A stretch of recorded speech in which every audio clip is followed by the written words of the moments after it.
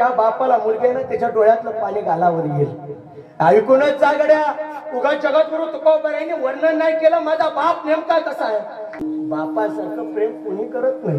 ऐकूनच जा, ज्या वेळेस त्याच्या जीवनातली आई निघून गेली ना, आई सारखं प्रेम करणारी जीवनात आपली दुसरी आई दिली ती म्हणजे आपली मुलगी गड्या. म्हणून बापाचं मुलीचं नातं चांगलं आहे, म्हणून बापाचं मुलीचं नातं प्रेमाचं आहे. महाराज पुरावा देतात, कन्या सासुरासी जाई मागे परतोनी पाहे.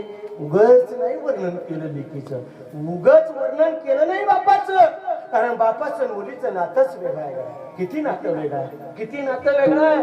हे मुलगी उपवर झाली, मुलगी नांदायला निघाली आणि नांदायला निघाल्यानंतर बापाची घालमेल सुरू झाली. बापाची घालमेल सुरू झाली. बापाला वाटत होतं खांद्या अंगावर खेळवलेली लेक माझी नांदायला चालली, खांद्या अंगावर खेळवलेली लेक माझी नांदायला चालली. अरे तुझ्या डोळ्यात पाणी तर ऐकूनच जा.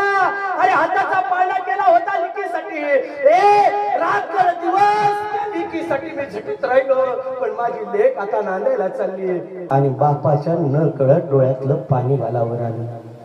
काय होती ती मंगलाष्टिका. त्या हाताचा पाळणा दोन्ही डोळ्याचा आईना,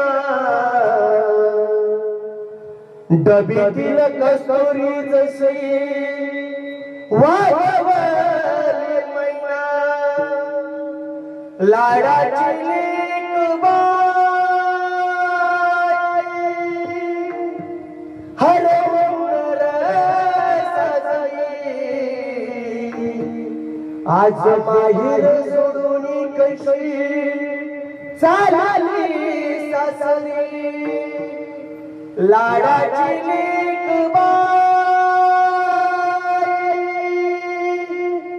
बापाची लाडाची लेक चालली आणि बापाचा जीव खालवर झाला.